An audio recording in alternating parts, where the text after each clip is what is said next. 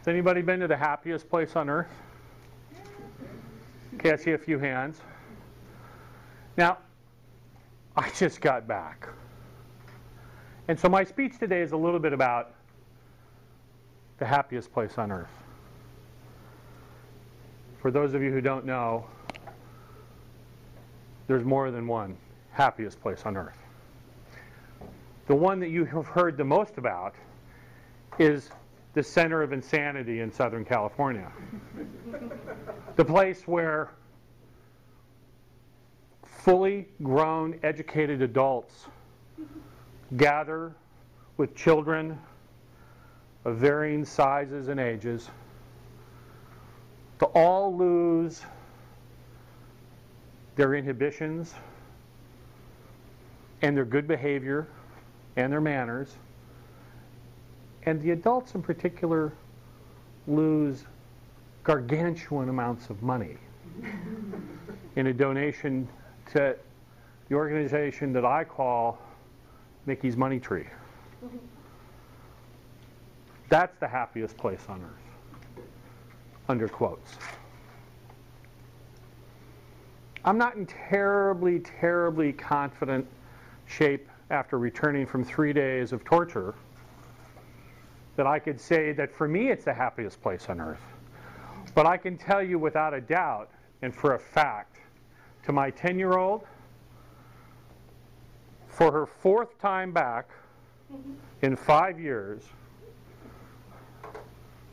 I agree, that it is without a doubt the happiest place on earth for her. This most recent experience can only be characterized best by, thank God I had the good luck charm with me. And in this case, the good luck charm is about age 90. It's kind of stooped over with a cane, but she has to get around in a wheelchair.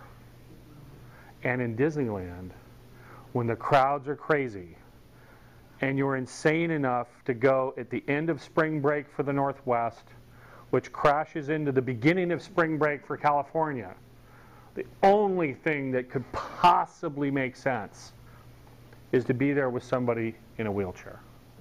Because the wheelchair is like a magic carpet. You can hear the little sounds of It's a Small World in the background no matter where you are or wherever you go. Not just in my brain because it gets stuck there, but my daughter's singing it. But we have the magic carpet because you can go to the front of any line in Disneyland with the person in the wheelchair. And they're just gracious, they're happy to see you, and help Grandma onto the toboggan or onto the boat in the Pirates of the Caribbean or to fly with Peter Pan. It didn't matter. They were always there until the Peter Pan ride breaks down with Grandma in the middle of the ride. Or when they find a suspicious backpack over at the train station in Tomorrowland and they shut down the train while Grandma's on the train. Getting Grandma on and off the train, well, you can figure it out. It's a job. Now, the lesson that I've learned, and I have to admit, I'm a slow learner, okay? This is the 4th time in 5 years, admittedly. But the lesson that I've learned is, when you go to Disneyland, at least for me, and I have to probably at this time tell you that my wife would agree, it's not about us. It's about the 10-year-old. A year ago when she went, she was 9. And the time before that, she was 8. And the time before that, because we luckily skipped a year, she was 6. It's not about us. It's about seeing your kid being thrilled. It's not about dinner at Goofy's Kitchen. We're only in Disneyland. People will line up 10, 20, 30 deep to go to a buffet dinner for $36 a piece. And not complain. Well, I might have done that a little later. And they have everything at the buffet. They have chicken, fried chicken in every different way, and they've got beef and salmon and all the fun stuff. But when my wife realized how much we'd paid for dinner, she leaned over to my daughter and said, "Honey, eat some more."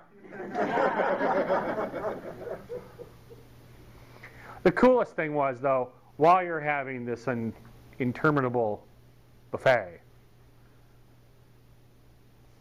Mary Poppins stopped by, or Mulan stopped by, or any number of characters. You know, Goofy's coming and going, and Pluto's there, and you never know what would happen next. And again, I don't care, really. She did. She was thrilled. And I'll give my 90-year-old mother-in-law credit. She was thrilled too. You know, she can't get around real well, but she thought it was really cool that she was the magic carpet that got us into these rides and got us on the train and got us on the monorail, all without having to really wait in line too much. So like I said, the moral of the story is, you know what? If you're going to go completely off the deep end about indulging yourself or indulging your children, the moral of the story is knock yourselves out. This is the place to do it. Just let it all hang out. Get completely tanked up on sugar. There's no alcohol in the park, so you got to give that up. But let her rip. Have a great time. And remember, the little ones can teach us a few things. Thanks so much.